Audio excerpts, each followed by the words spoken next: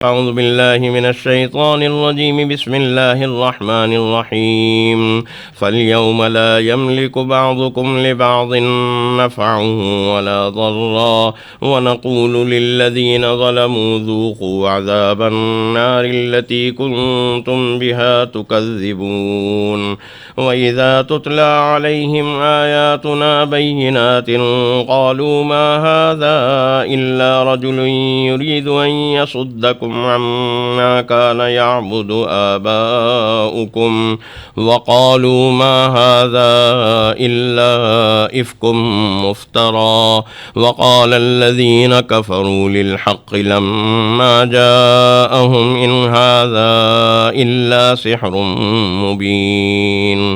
وما آتيناهم من كتب يدرسونها وما أرسلنا إليهم قبلك من نذير وكذب الذين من قبلهم وما بلغوا معشار ما آتيناهم فكذبوا رسلي فكيف كان نكير.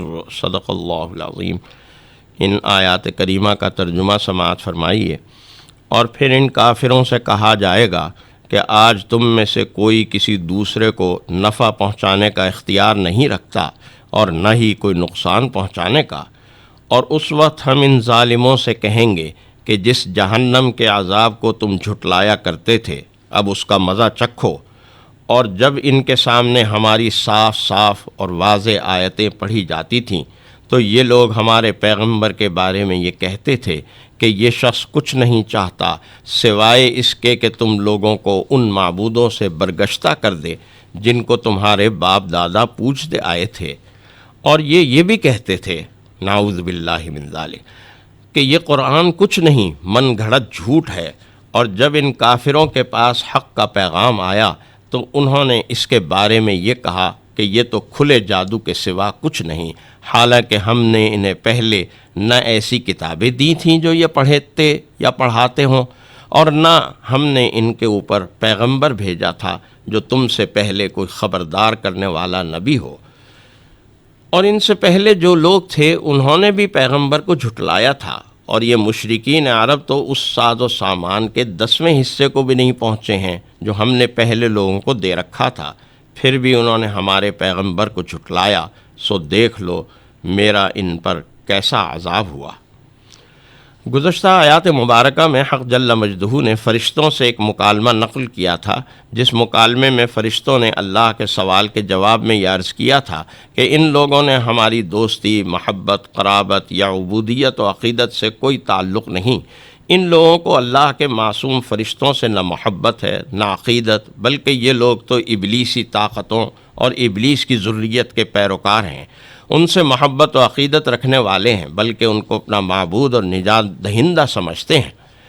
اس مکالمے کے بعد روز محشر ان لوگوں اور ان کے معبودان باطلہ سے متعلق جو فیصلہ الہی ہوگا اس کو آج کی تلاوت کردہ آیات مبارکہ میں بیان کیا گیا. فیصلہ الہی کے 2 اجزاء آیت مبارکہ نمبر 42 میں بیان کیے گئے.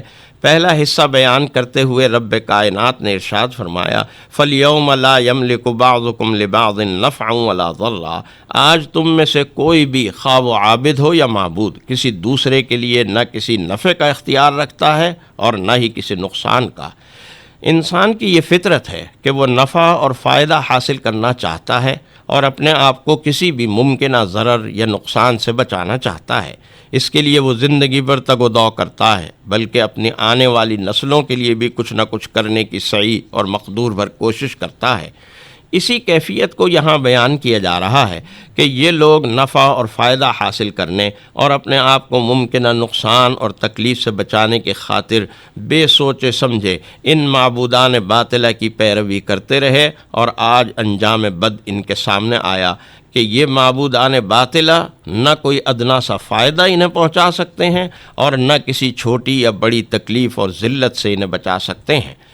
فیصلہ الہی کا دوسرا حصہ یہ بھی سامنے آیا جس کو آیت مبارکہ کے آخری حصے میں بیان کیا گیا کہ وَنَقُولُ لِلَّذِينَ ظَلَمُوا ذُوقُوا عَذَابَ النَّارِ الَّتِي كُنْتُمْ بِهَا تُكَذِّبُونَ. ہم ان ظالموں سے کہیں گے کہ اب چکھو اس عذاب نار کا مزہ جس کا تم مسلسل انکار کرتے تھے. کہ تمہاری زبانیں قیامت اور میدان حشر پر اور پھر اللہ کے سامنے پیش ہونے اور جنت و جہنم کے وجود سے انکار کرتے تھے، اور انکار کرتے کرتے تمہاری زبانیں تھکتی نہ تھیں۔ آج ان ظالموں کو جنہوں نے دنیا میں سب سے بڑا ظلم یعنی شرک کیا تھا جہنم میں پھینک دیا جائے گا۔ آیت مبارکہ نمبر 41 میں فیصلہ الہی کے اعلان کے بعد آیت نمبر 43 میں عذاب جہنم روز محشر کے انکار کی نوعیت اور وجہ بتائی جا رہی ہے۔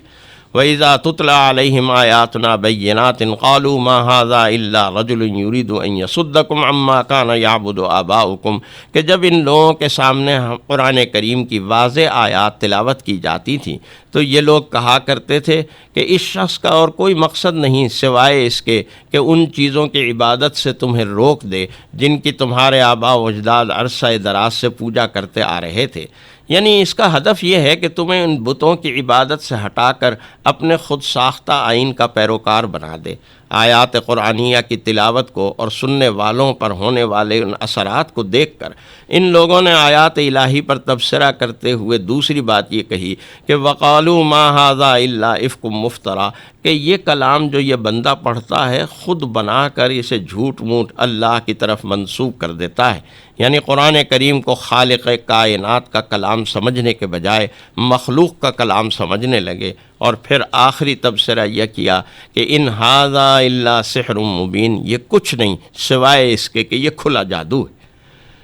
قرآن کریم نے ان کے اس باطل عقیدے کا یہاں کوئی جواب نہیں دیا ہے جو بعض دوسرے مقامات پر دیا گیا ہے۔ اگر یہ مخلوق کا کلام ہے، مخلوق کی بنائی ہوئی ایجاد اور کوئی چیز ہے تو مخلوق کی بنائی ہوئی ہر چیز کا مقابلہ کیا جا سکتا ہے، اس جیسی یا اس سے بہتر چیز بنا کر بازار میں لائی جا سکتی ہے۔ اگر یہ مخلوق کا کلام ہے تو تم بھی اس جیسی ایک صورت بنا کر لاؤ، اور اگر یہ جادو ہے تو سحر اور جادو تو ایک فن کا نام ہے، محنت و مشقت کے بعد کوئی بھی شخص اس فن میں مہارت حاصل کر سکتا ہے، لیکن اللہ کی جانب سے نبوت کا عطا کیا جانا کسی فن میں مہارت کی بنیاد پر نہیں ہوتا، بلکہ یہ تو اللہ کی طرف سے کچھ منتخب بندوں کو عطا کی جاتی ہے، اور پھر نبوت و رسالت کی ان تمام عظمتوں اور برکات کو جمع کر کے رب کائنات نے نبی آخر الزماں محمد الرسول اللہ صلی اللہ علیہ وآلہ وسلم کو مبعوث فرمایا، اور اب قیامت تک انہی کے انوار و برکات اور انہی کی لائی ہوئی کتاب قرآن مجید کی تعلیمات پر عمل راہ نجات ہے۔ اللہ کے غیظ و غضب سے بچنے، اس کی رحمتوں اور بے انتہا عنایتوں کو حاصل کرنے کا اب ایک ہی راستہ ہے، اور وہ راستہ ہے قرآن اور صاحب قرآن کا۔ اسی حقیقت کی طرف اشارہ کرتے ہوئے آیت مبارکہ نمبر 44 میں ارشاد فرمایا گیا وَمَا أَرْسَلْنَا إِلَيْهِمْ قَبْلَكَ مِن نَذِيرٍ کہ آپ سے پہلے تو ڈرانے والے آئے، لیکن اب آپ کے بعد اللہ کی طرف سے کوئی نبی یا رسول بن کر نہیں آئے گا۔ قیامت تک اب سکہ قرآن کا اور صاحب قرآن کا ہی چلے گا۔ آج دنیا کے لیے نبی کریم صلی اللہ علیہ وآلہ وسلم کی بعثت اور قرآن کا نزول نعمت عظمیٰ ہے۔ چاہیے تو یہ تھا کہ اس کی قدر کی جاتی، لیکن آج کے قومیں جنہیں اس قوت و دولت کا 10واں حصہ بھی نہیں دیا گیا جو پہلوں کو دیا گیا تھا، ان کافروں نے اللہ کا نبی کا انکار کیا، تو دیکھو ان کا انجام کیا ہوا۔